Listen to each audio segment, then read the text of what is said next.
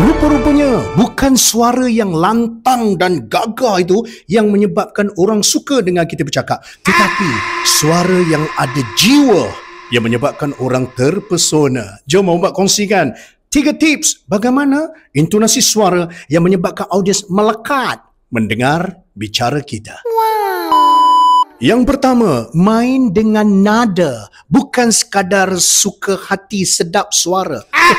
Dengan kata lain, jangan guna satu nada sahaja. Jangan monotonous, itu selalu orang buat. Satu lagi, ada orang suka sentiasa tinggi. Oh, penat lagu tu. Jadi apa kita buat adalah, ada waktu kita tinggi, nak bawa ketegasan. Ada waktu kita rendah, nak tampilkan keseriusan. Contoh-contoh, right? Kalau kita nak cakap something yang semangat, kita boleh ubah hidup kita, cuma kita kena ubah tabiat diri terlebih dahulu.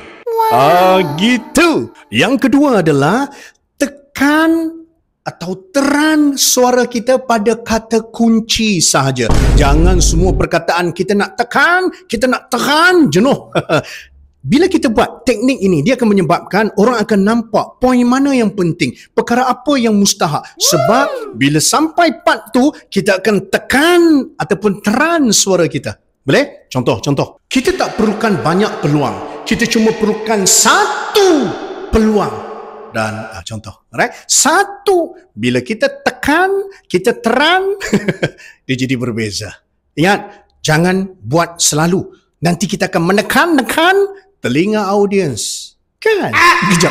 Sebelum tips yang ketiga, korang dah tengok profil Abang Bat?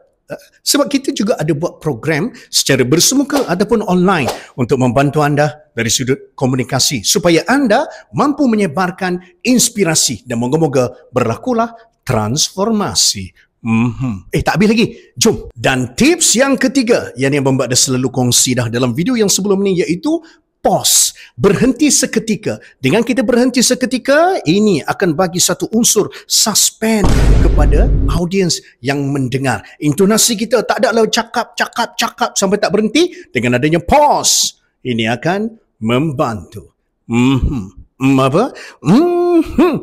Kongsikan video ni kepada 3 orang. Jangan ramai-ramai. 3 orang sahaja yang anda rasa perlu untuk mantapkan lagi komunikasi mereka.